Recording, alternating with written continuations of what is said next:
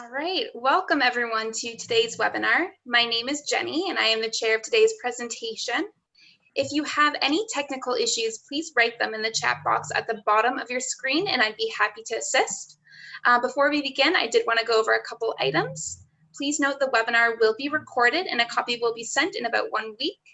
Everyone is currently muted with the exception of our chair of Global Webinars, Alan, and our presenter, Pierre. If you have any questions for Pierre, please use the chat box located at the bottom of your screen. Lastly, at the end of the webinar, a survey will be sent out to you, so please take a couple minutes to let us know how today went. I will now hand it over to you, Alan. Well, thank you, Jenny. Welcome to our ASP webinar series. As many of you know, the Association for Strategic Planning is a nonprofit professional society, and our mission is to help people and organizations succeed through improved strategic planning, thinking, and action.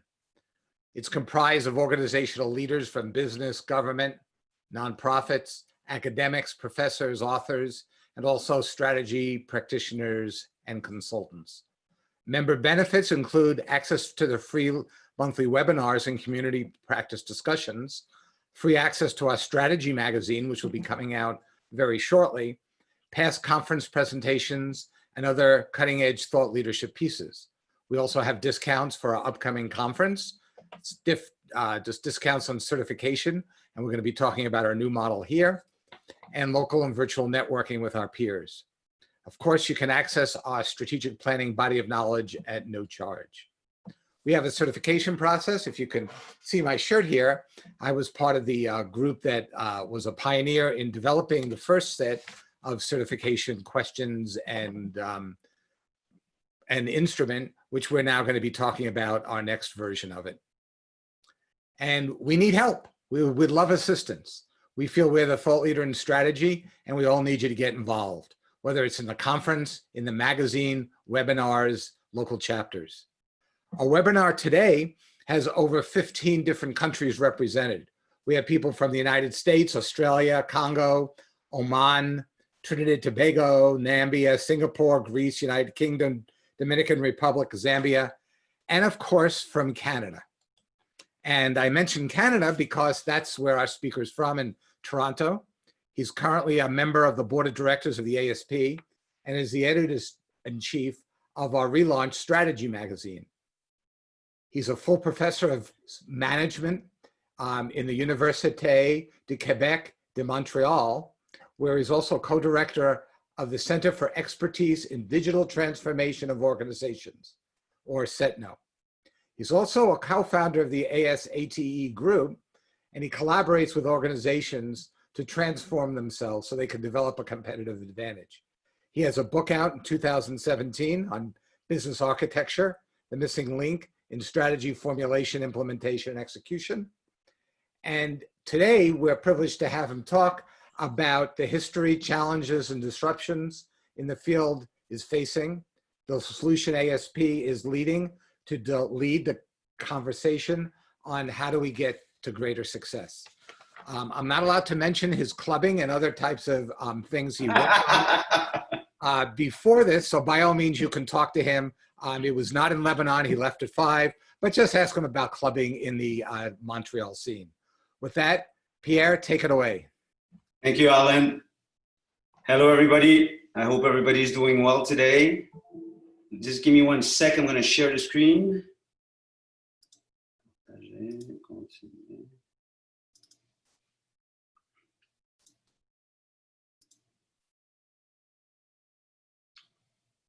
Alan, do you see the screen well? You just need to switch the modes. We're seeing the presenter mode right now. And now? Perfect. Okay. So hello, everyone. As I mentioned, I'm a university professor. I also practice. But one of the things I want to talk about just before I start my presentation is I come more from the IT background.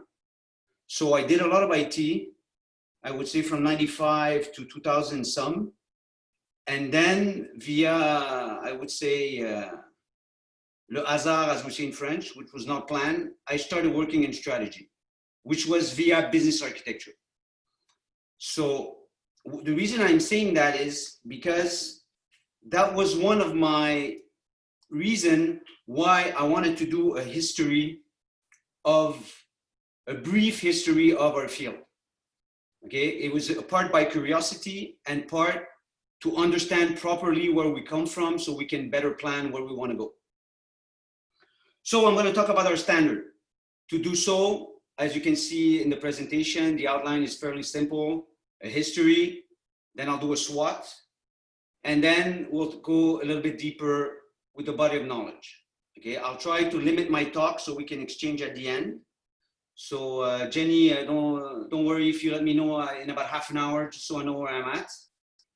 And just before I start, the history is not a detailed history.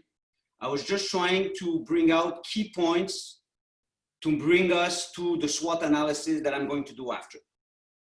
So here we go. So let's start with prehistory. Okay, and you can see on the right, you see the book from Lawrence Freedman, which I highly recommend. It's a history book on strategy. And the first thing he talks is about chimpanzees. Why? Because they were capable of making choices. Okay, they were capable of strategizing, and they were capable of knowing whether if they took a route and they tried to attain a goal, the consequences that were going to be tied to it. And of course, they were capable of doing coalitions and fight when necessary, not always, but when necessary. We'll get back to that as we get along. Next slide. The ancient times. So Freedman talks about the use of cunning and tricks. So basically, we want to outmaneuver our opponents to win a situation, right? And as you can see on the slide, there's a huge amount of examples from the Bible, from history and so forth. You can see David versus Goliath. So how did Goliath win? Well, he used a rock instead of using a spear. The Trojan horse, how did the Greek win? Well, they created a huge horse, put it in Troy, and at night they came out and they won the final battle. And of course, you cannot talk about strategy without Sun Tzu. And I actually reread Sun Tzu lately because of the talk. And what's very interesting is he wants to win without fighting. Okay, all these things I think are very important to better grasp what's our field. And another thing that's very interesting is in ancient times, they already started to talk about vision and mission. Okay, just think about King's Archer, search for the Holy Grail, which some will define as a mission, some will define as a vision. Whichever you think it is, nonetheless, the idea of having a purpose and attaining an objective has been in the field of strategy for a long time. So then we got closer to what's happening today, the military. Okay, finally, the word came about in the 18th century. Okay, some people talk about strategos, which meant army leader. Others will say, no, it's stratego, which is more of a verb, which means defeating. But the idea, I think, that the military brought about was two things. Number one, how to effectively use resources to win in a particular situation. And I think the second thing that what they tried to do when the military evolved, I would say in the 18th century, was they tried to get the science of human affairs to follow the natural science. Basically, they tried to put something very concrete, very specific, very structured to develop a plan and to win a battle. And something very interesting, which I'm sure you're familiar with, is the idea of decisive battle. Because whenever you spoke about military, and very often in the movies, there's always this is a decisive battle. So we won the final battle and we win the war. But as you can see in my parentheses, there's or not, because that's one of the things Freedman brings back in his book after, saying, is there really a decisive battle? And you will see that there's a link between this and between the group of activities that we have in the book, which I will get a little bit later. So, of course, everybody knows about Napoleon and Clausewitz. There were other authors, but I think they were very fundamental to what we do today in strategy. And then, of course, political affairs, okay? Freedman, I think, I don't know, he has 200 pages on that. And when I read that, I said, well, what's the point between politics and strategy? Well, actually, they're very intertwined, because if you want to win in politics, you have to understand how people think. You have to find a way to make them change the way they think. And so you must strategize, and you must use narratives to bring your arguments, to explain why you should this, and so forth. Okay, so the idea of narrative and strategizing, I think, emanate a lot from this field, this stream. So closer to today, now I'll get more into the business side of strategy. So in 1938, Bernard separates strategy from organization theory and management. Because if you look at any of the writings in the field, before, I would say, 1930s, there was no strategy field per se. Some people would talk a little about strategy, but it was very, I would say, mixed with the idea of management. So Bernard came and said, you know what, I think it's worth its own preliminary sub-discipline. And then 1959, the Ford Foundation, as you know, Ford was, the corporation was very influential in the field of management. They said, you know what, I think we need courses on a way to think how to organize the resources of the company to be more efficient. So from that on, people started offering strategy courses in university. I think Harvard was one of the first. And then there's a big case book, which I can't find. If anybody has it, please send it to me, or let me know where I can find it. Because in the 1960s, they already started to talk about formulation and implementation. And if you look at the slide, I don't write execution, I write implementation. I will get back to these words a little bit later, but for me, there's a very big significance with the wording. So right away, when the field start was pretty young, they said, you know what? Yes, we formulate, we have thinking, we strategize, but then we have to put it into implementation. So that was actually interesting. And then we get to more recently, let's say the 1960s, and the next few slides, basically I will summarize a great book that I think every strategist should read, with no exception, whatever your way of thinking, The Laws of Strategy, which was written by Key, I'm not sure I say it properly. He was the past editor of HBR. So it's a fascinating book. And basically he explains how the business consulting world evolved starting to the 60s to more or less the early 2000s. So I will split this into two parts, 1960s to the mid 80s, where there was a lot of development in the field. Okay, so the focus was positioning. Positioning not necessarily exactly as the meaning of Porter, but meaning how do we position ourselves to differentiate our proposal or to bring value to customers. And then they started to talk about the 3 C's, right? Cost, customers, and you see I highlighted competitors, because it's very interesting. If you look at the literature on strategy, the idea of competing was very limited before the 1960s, because it was mostly big monopolies that wanted either to better serve their customers or reduce their cost. The idea of having competition, whether via globalization or whether via other companies in the local sector, was very rare. So the approach the consultant used, as I'm sure you're aware, there was a 3-step approach. You gather the data. You interpret the data, hopefully using a private framework. That's what they were hoping. In time, things evolved, but that's what they wanted. And then, based on these, propose an action plan to help the firm attain its objective. So that was the typical approach. So I will highlight 3 players, which I'm sure you know, probably even better than I do. The first is BCG, okay, which I think, en français on dit, ils ont commencé le bal, they started everything, right? I think Henderson was his name. So their positioning was, we need a few big ideas from which companies can leverage to bring benefits. And you see, you can see a slide of the experience curve. Of course, you see the growth share matrix that many people still use today. So these were some of their big contributions in the 60s, end of the 60s.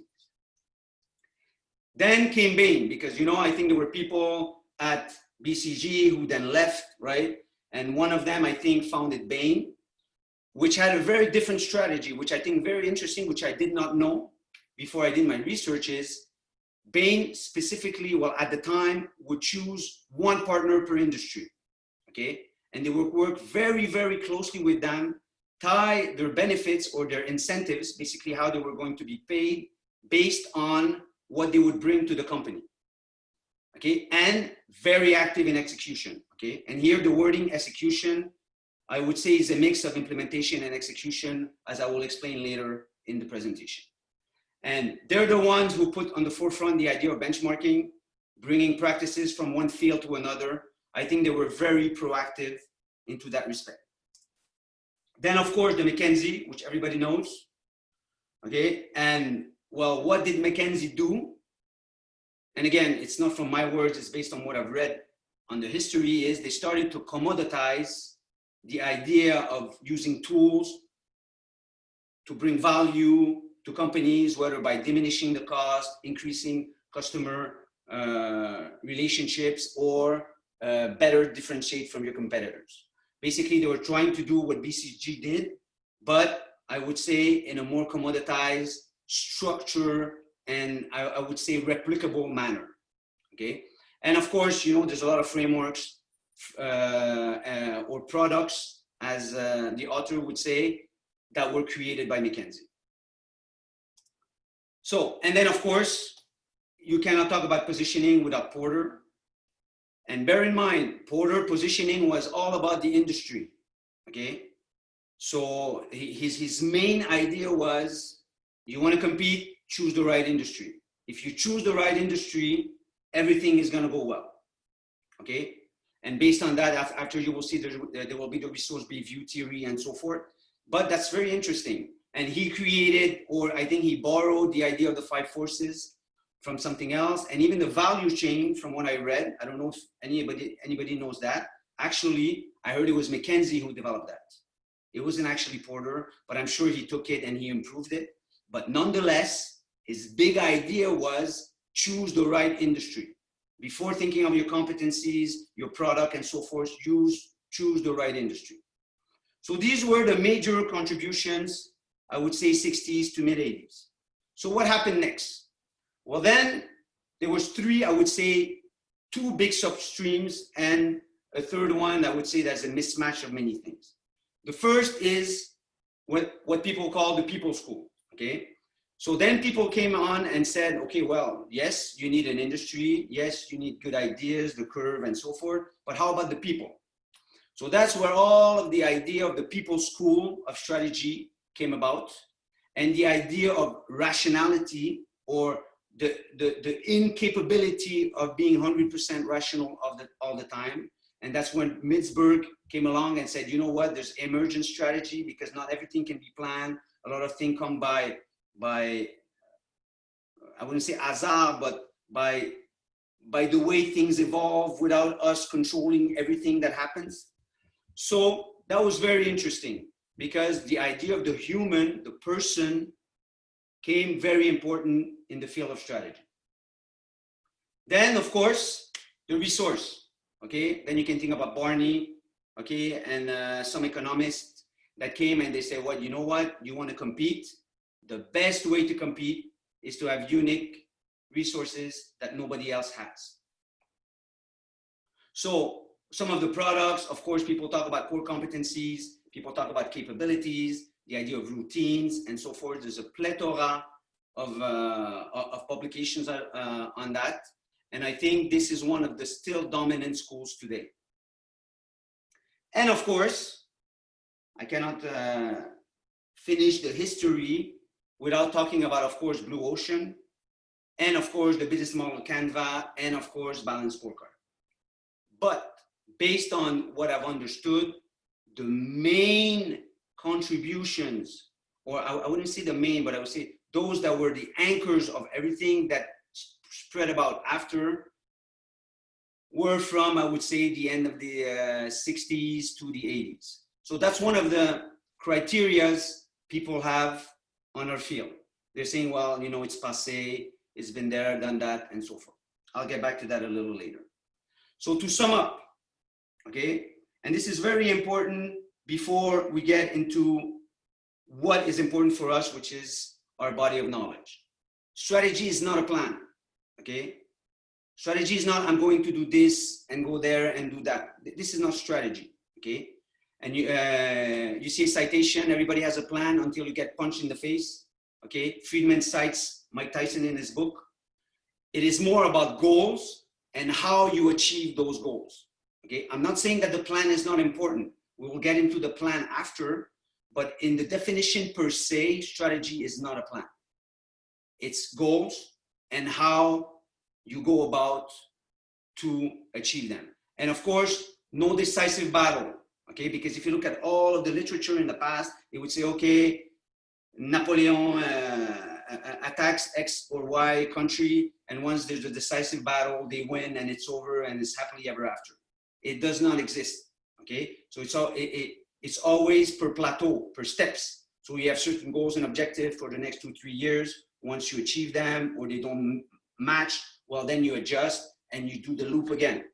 Okay, so the idea of looping and continuous is integrated in the idea of strategy. So I wanted to do a brief history.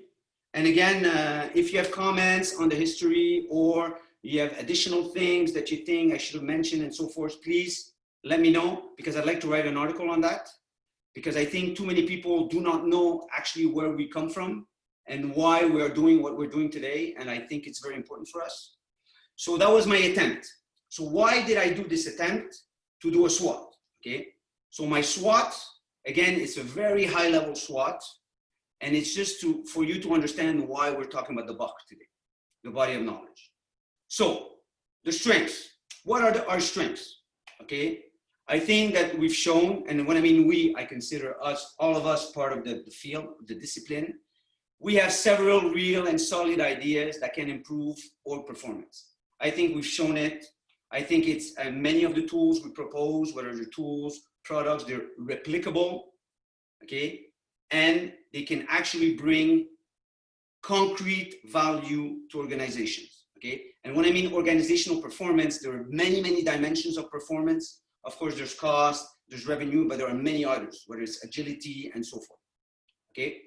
But why is that possible? It's very important that we understand that the strength of the discipline is because they mix practice with research, okay? Yes, it is practice-based.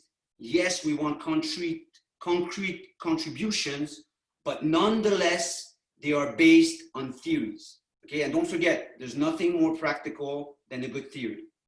So people who tell me, Pierre, you know, I'm either practical or or I do theory, I cannot be both. It's impossible. I keep telling them, well, you're in the wrong field. Because number one, you cannot be a good practitioner if you don't do good theory.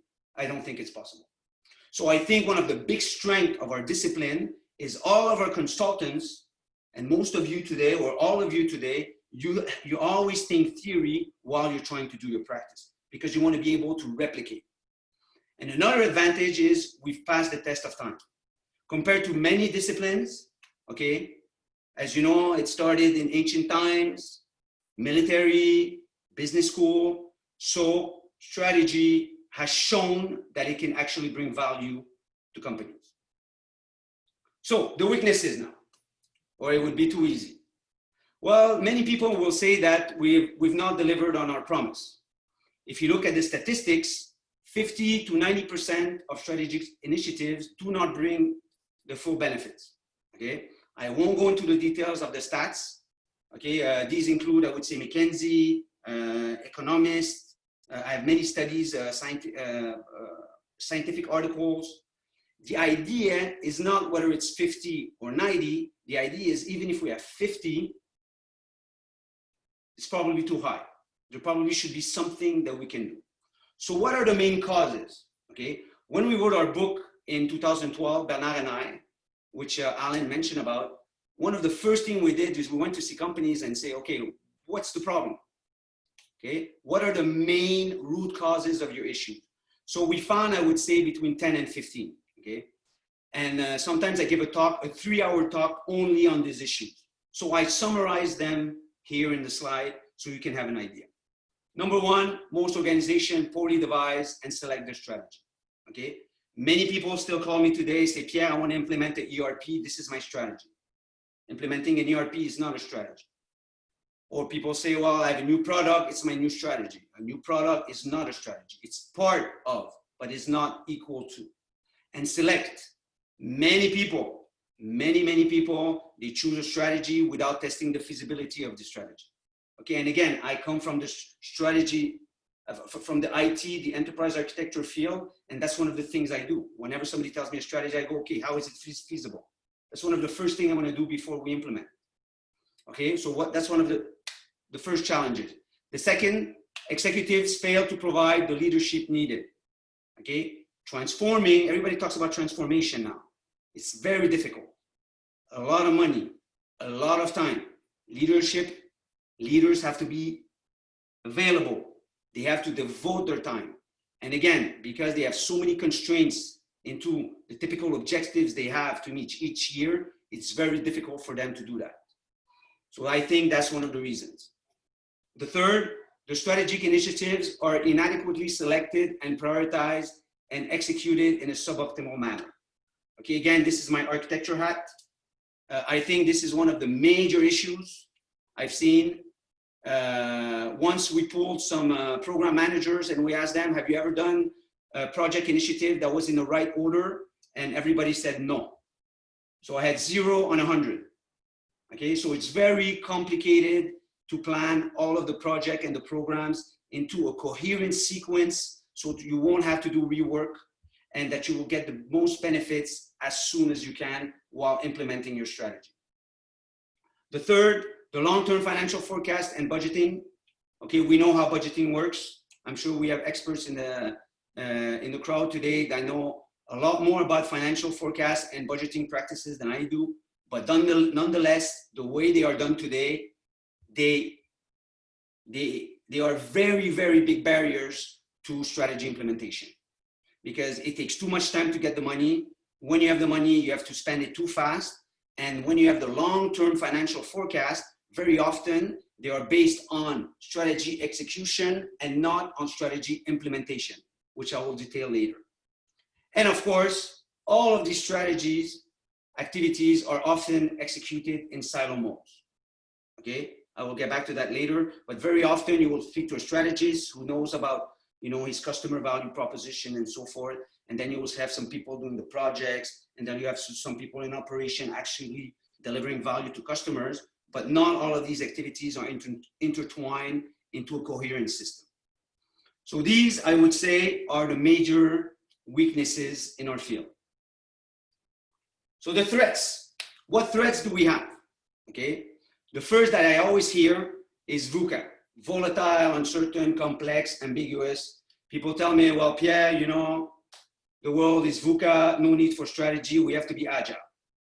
I hear this from 50% of people. Again, not strategists, from people who want to implement strategy. And again, is that true or not? I think it is not true. I think agile is one of the effects, and you can be agile still with having a strategy, which are goals, but people still think that. Another issue that we have today is go do a search on strategy tools. Okay, and you will see there are like many tools. Okay, we've started to do the work. I would say they're like minimum 200 to 300, which are fairly known. So there's a lot of things. So what is strategy? What is not strategy? What sub-discipline of strategy? We have a lot of difficulty expressing that, whether it's to our customers, whether it's to when we write articles or so forth. And the third, which I still see today, and we had actually a case this year, is we have to position ourselves to be something more than strategy formulation. Formulation is key in the discipline, in the field of strategy, but it's not 100% of the field. Okay, that's the major issue. So what's the opportunity now? Okay, I think with everything that's happening, you know, we have to be agile and so forth.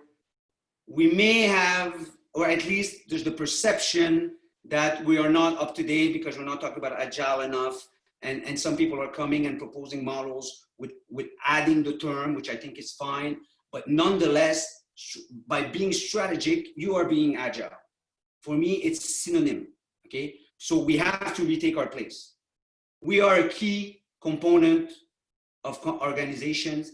And I think that most of the activities in the other disciplines, whether it's marketing, or it's finance, HR, AI, IT, I think we act as an umbrella for them, or we should act as an umbrella for them and be tied to them adequately so that we can feed them with the results of our products and our thinking, and so that they can use our thinking to do their work, and vice versa.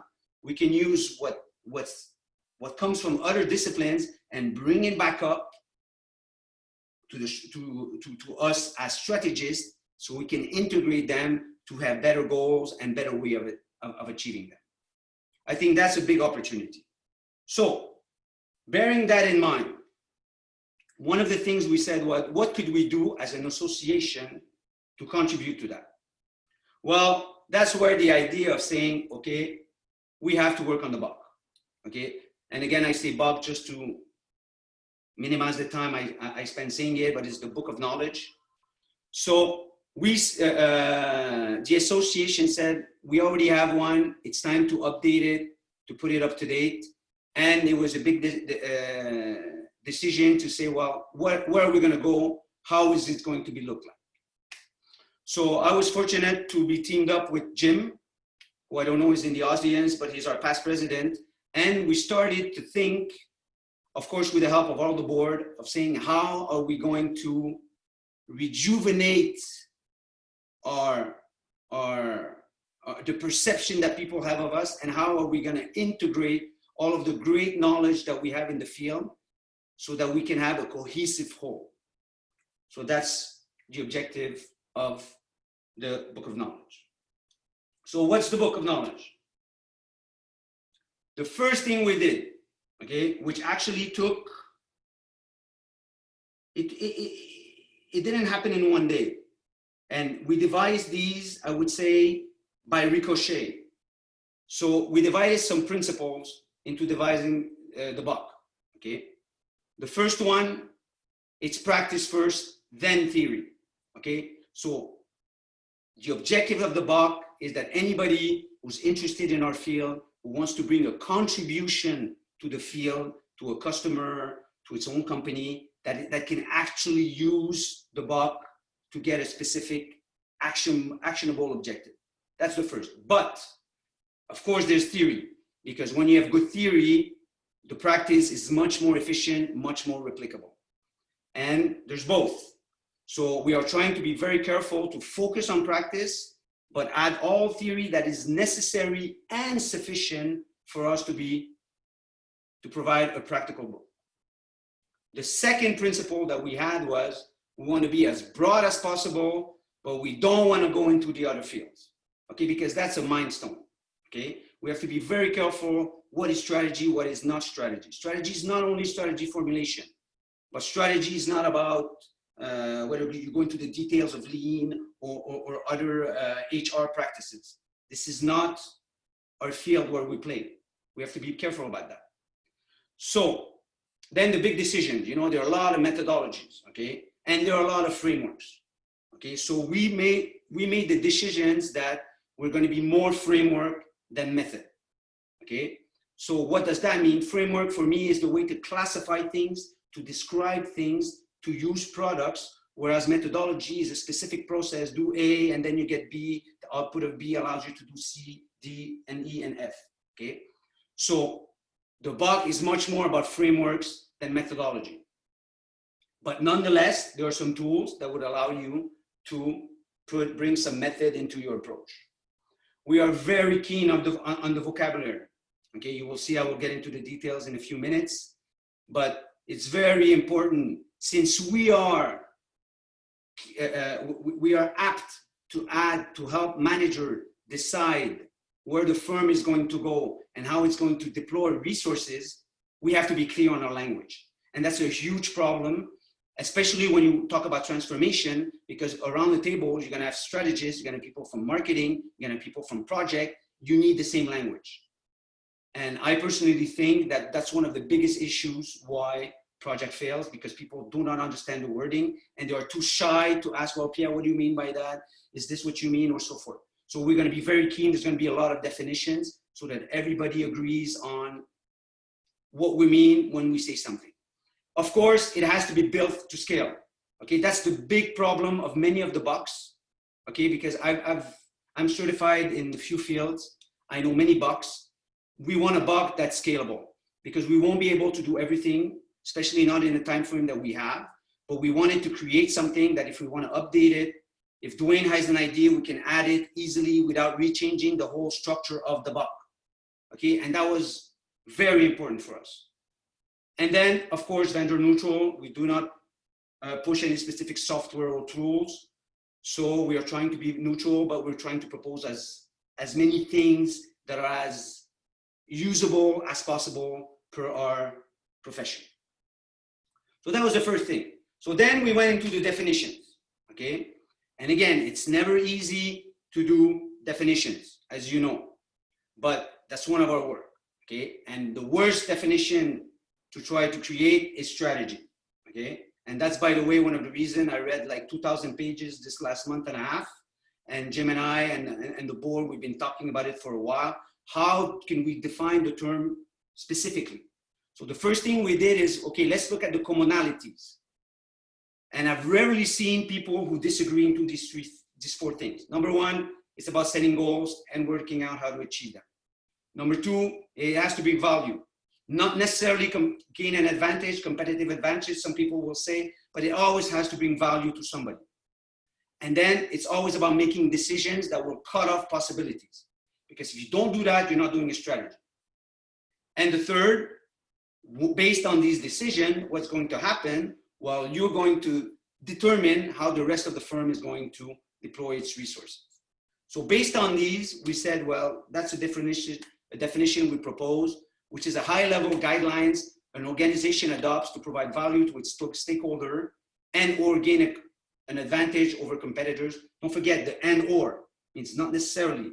Whether these guidelines are solely deliberately designed or not, the or not means emergent strategy. They determine how the rest of the efforts of the organization will be organized. Very important. Organization does not mean a company per the financial term. It means any body of people with a particular purpose. And what was difficult about this definition is we wanted to apply military, nonprofit, and so forth. So that's one of the things we did.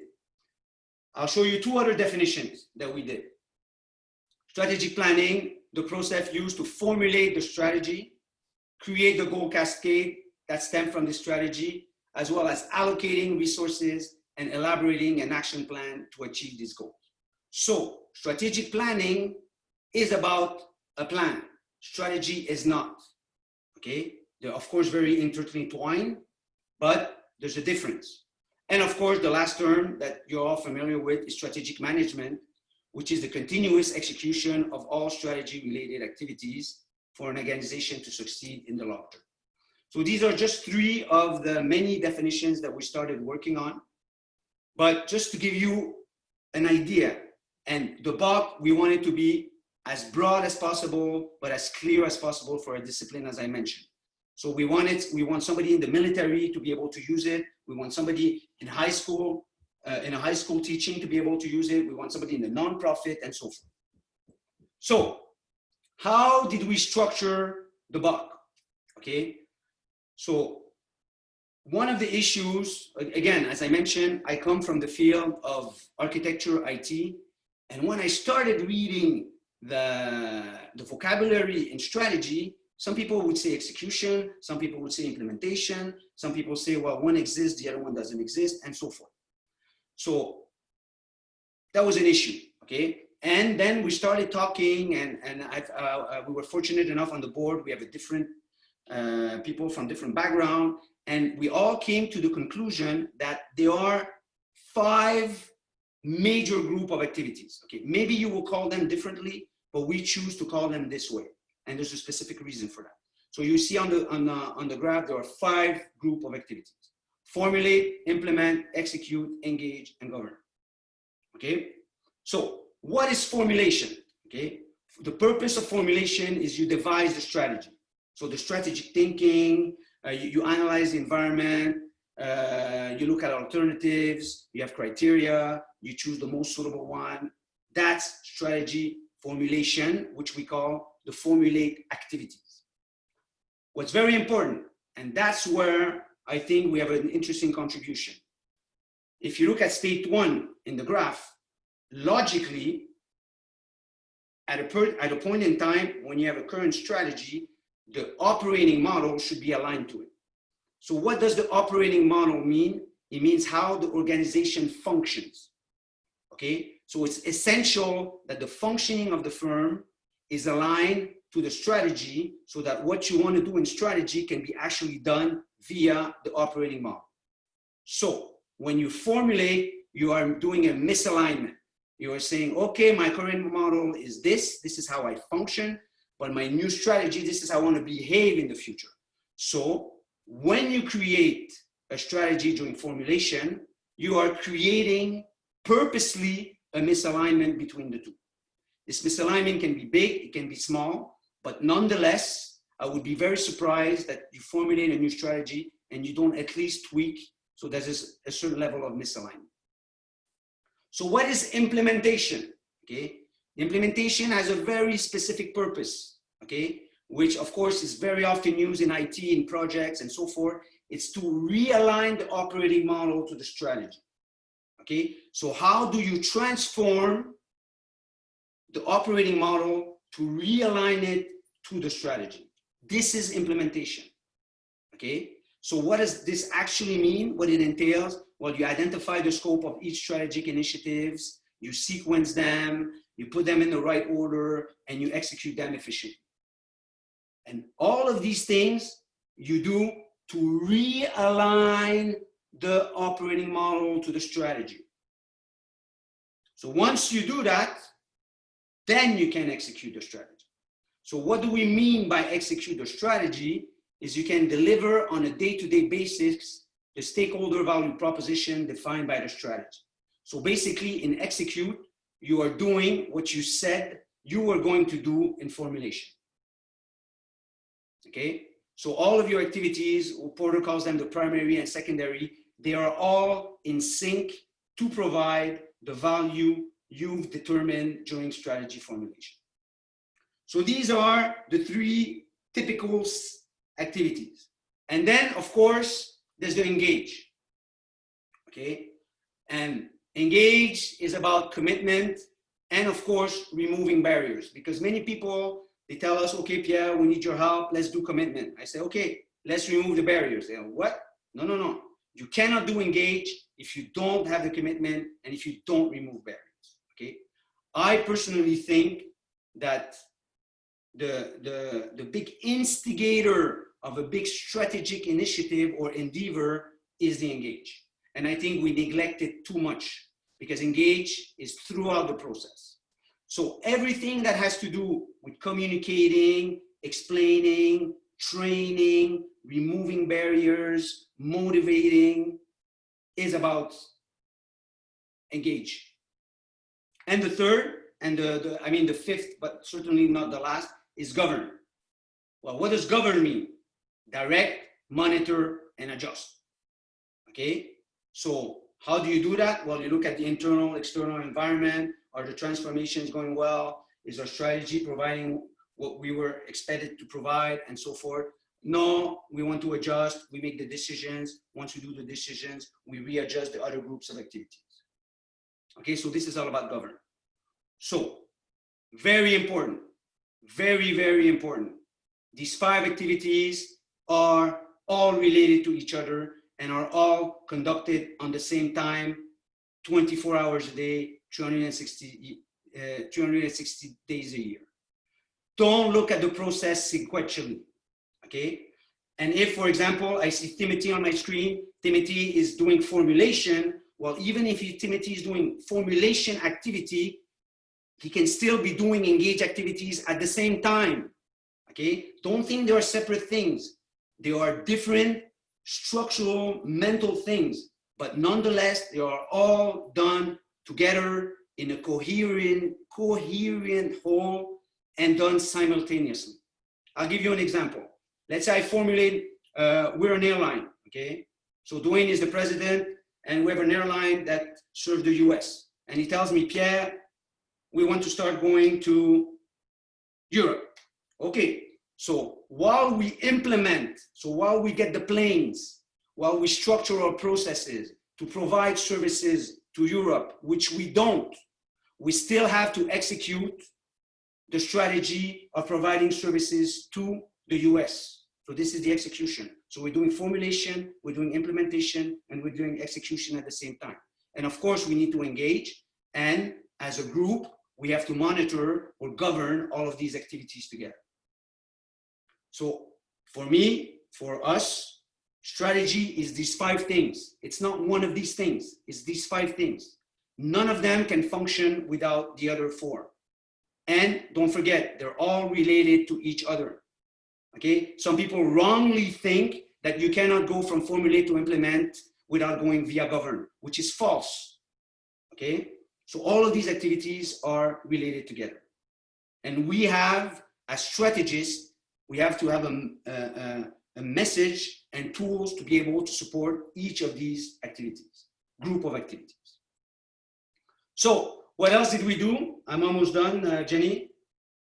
So after deciding the 5 group of activities, well, we went into the details. So number 1, for each, and what I'm showing on the slide here has to do, we did for each group of activities, Timothy. So we did for each of the 5. So first of all, we have some key definitions. So in formulation, we have specific definitions for formulate. And then we try to identify and describe the key activities within the group, okay? We do not want to go into the big methodology battle of which activity should go first. That's not our objective, but still, because we want to be sure that we cover everything that needs to be done in each group of activities, we've identified the key activities in each group. So the key activities in formulate, the key activities in implement, the key activities in govern, and so forth. And of course, we looked at all the tools, okay? There are many, many tools. As you see, we already have more than 100 now that are going to be in the buck. Some will be used only in one group of activities. Others will be used in more than one.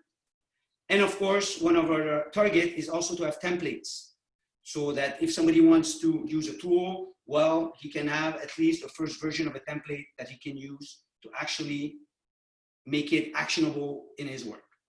And of course, for each of the 5 group of activities, we relate these to the competencies that you are required to have for each of our 2 certification levels.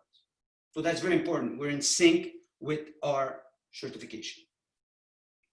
So what's next? So it's not finished. The standard is here, but I would say at the door. We're opening the door. And to get in the door, we need your help. So as I mentioned, we spend a lot of time thinking about the structure, the principle, few key definitions. But if I go back into the slide, you see there are 100 tools. I think there's 30 or 50 definitions. There's a lot of work left. So we, of course, are going to call for contribution. So this should probably happen, I would say, within the next month or month and some. So we're going to ask, saying, who would like to help in this or in this definition or in this activity or so forth. We're in the process of determining how we're going to do that to be as effective as possible so that we can get the most comments we could get, but still by having a nice structure and written in a similar fashion so that somebody who reads the book is going to be very proud of what we did as a group. So voila. When I say voila in French, I mean it's done. So just my little pitch for Strategy Magazine. Okay, as Alan and Jenny mentioned before, we just relaunched Strategy Magazine. You can see the picture of the issue on the left, and everything I spoke to you about the 5 group of activities come from one of the articles that I published with my co-author Bernard in this issue. So it will be both available in the book and of course available in Strategy Magazine. And of course, if you're interested, number 1, to contribute to the book, as I mentioned, please stay tuned. You will receive an email. We hope you will help us. We want your insights. And if you have a nice idea for an article for the magazine, well, the website is going to be on tomorrow, and the issue will be available tomorrow. So please do have a look at it, give us your feedback, and hopefully you will help us improve what our profession aims to do. Thank you. Well, thank you, Pierre. That was awesome. I realize it's been a lot of work going into here. Herding strategy professionals is like probably herding cats. And it's a very difficult thing to go do. We have about 9 minutes or so. We're going to open it up for some questions. The first question isn't one person said, but many. And the answer is, how do you deal with collaboration, whether it's stakeholders or suppliers? They feel in this new world, it's not just the strategy you do, but you got to get the strategy from other people. You got to collaborate with them, and it might go to other people. So how does the BOC, or how do you see working with collaboration and stakeholders? Très bonne question. And again, I'm thinking on top of my head, because that's a very good question, because collaboration is key. My first instinct would be to put it in engage, okay? So the idea of, if I want to engage people, so if I want to engage Alan into doing something, number 1, I have to collaborate with him.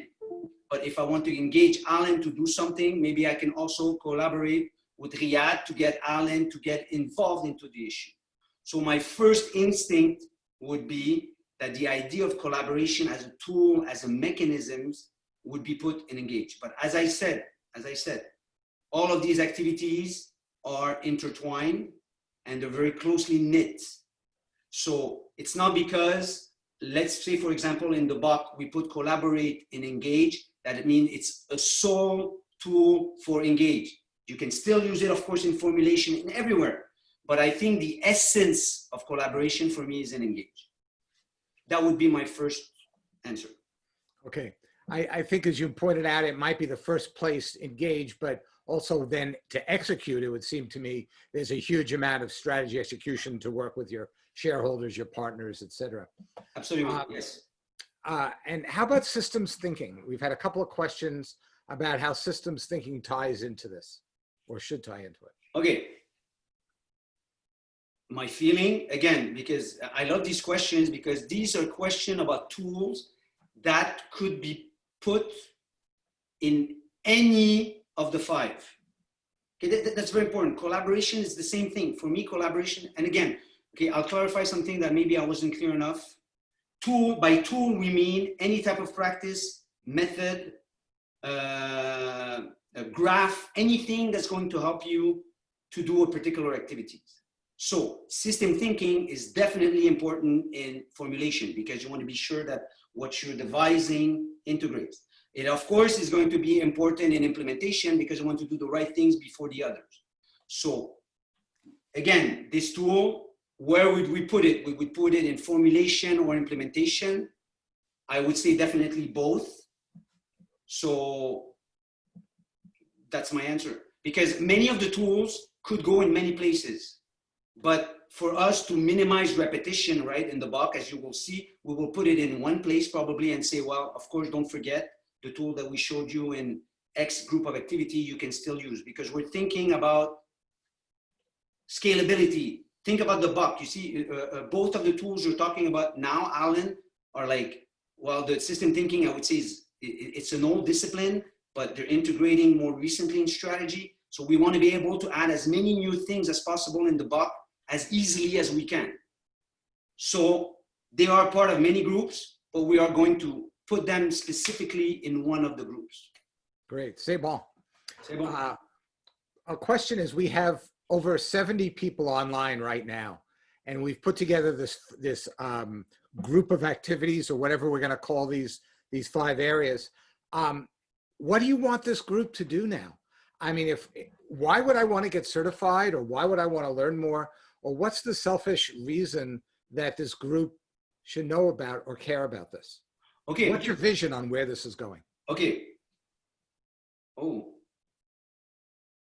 Strategy is not only about formulating. That, I would say, is in finance, they talk a lot about the biases that we have. I think the worst bias that our field has, and I'm not saying everybody has it, but nonetheless, is strategy is about formulation. So by embracing these and understanding these and contributing to these, I think not only are we going to be a lot more knowledgeable about what we're doing, but we're going to tie things together much better than we do today. And I think that's going to bring a lot of values to our customers and or our students or whoever are the stakeholders with whom I'm involved. And I'm fortunate because I work with Jim, which I mentioned before, and he's been in the field like for 30 some years. And there's a lot of stuff that I don't know. Pierre, have you seen this tool? Have you seen this? So I learn as much as I give, I learn by doing this initiative. But we're going to be much stronger as a field if we all know about these 5 groups. You will never be, what I say to my students, you'll never be the king in all the 5 groups. Okay? Even myself, I consider myself very good in engage. I think my big strength is engage. I know the 5. I'm fairly good at the 5, but I'm the man in engage. So even if you're very good in one, you still have to know the others. And I think that's going to be very good for our profession and for our customers. So what you're suggesting is we now have a model that we can take all of the tools, templates, ideas, etc., and put it in. And maybe it doesn't necessarily matter what that template is, but if we all agree that that's the way we need to go, then we can start putting things together and we become a professional discipline, if you will. And yes. From that, then, if people want to learn more, what they could do is they could take the body of knowledge. As you said, we had some people on chatting here on making this happen. What's the timeline? There's one person asked what the hope for timeline in the BAC as far as availability. Okay, I'm going to advance myself. Comme on dit en français, je m'avance. Okay, I think we're going to have something pretty, because of course we need to work with the certification team and they have some like deadlines. My guess, Alan, well, it's more than a guess, we'll be pretty well along by the end of the year. Okay, and how are we going to diffuse, or diffuse meaning diffusion of innovation? Rogers, I mean, how are we going to diffuse our knowledge? I don't know exactly how it's going to be done. We're going to know within probably the summer, but I would say we'll have a good idea of the content by the end of the year for sure. Okay, so what we're saying is, and then from there will come, how do you get certified? In other words, is there an exam and all that? We don't need to get into that right now. Yeah. But one way, I guess, of knowledge, of sharing this knowledge is going to be really looking at our conference that's coming up. So if I could just transition into that for a second. Do you all see my screen? Not yet. Jenny, is my slides up? Not yet.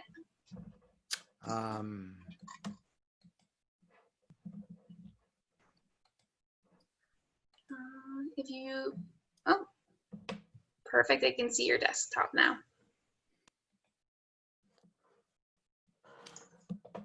Okay, Perfect. do you see it?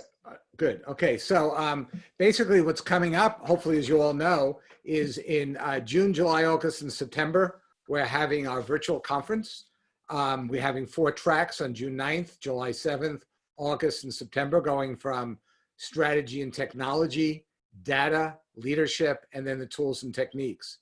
Each of these tracks then will have 2 speakers from it. There'll be a visionary speaker up front, and then a masterclass to go into some of the details in the last of the week. So by all means, please go to our ASP website, find out about this, and support us. Go to the different tracks, find out what you like, sign up for the whole thing. There's a discount if you sign up for the whole rather than the different parts. And we'd love to start the dialogue in those classes. since a lot of that will have not only a presentation from Zoom, but discussion, this is a good place for you to meet other people that are attending these to start collaboration, and also talking to our ASP leaders, people on the board, people like Pierre that are helping to develop it in order to go from there.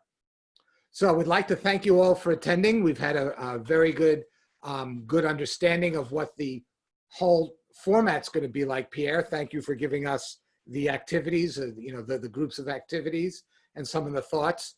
And this isn't something that's new. It's been built, as you all know, on the shoulders of giants. We've had people 10 years ago starting on strategy. They came up with a framework. This is our next revision of it. It's not a revolution. I think it's continuous improvement. And I think it's going to be inclusive of all the work done. So Pierre, I'd like to thank you, the ASP, and I'd like to thank all the other people that are attending the session. And we hope to see you all signing up for our ASP virtual online session. Thank you again. Jenny, anything from you? I think we're good. Thanks, everyone. Okay. Thank you. Au revoir.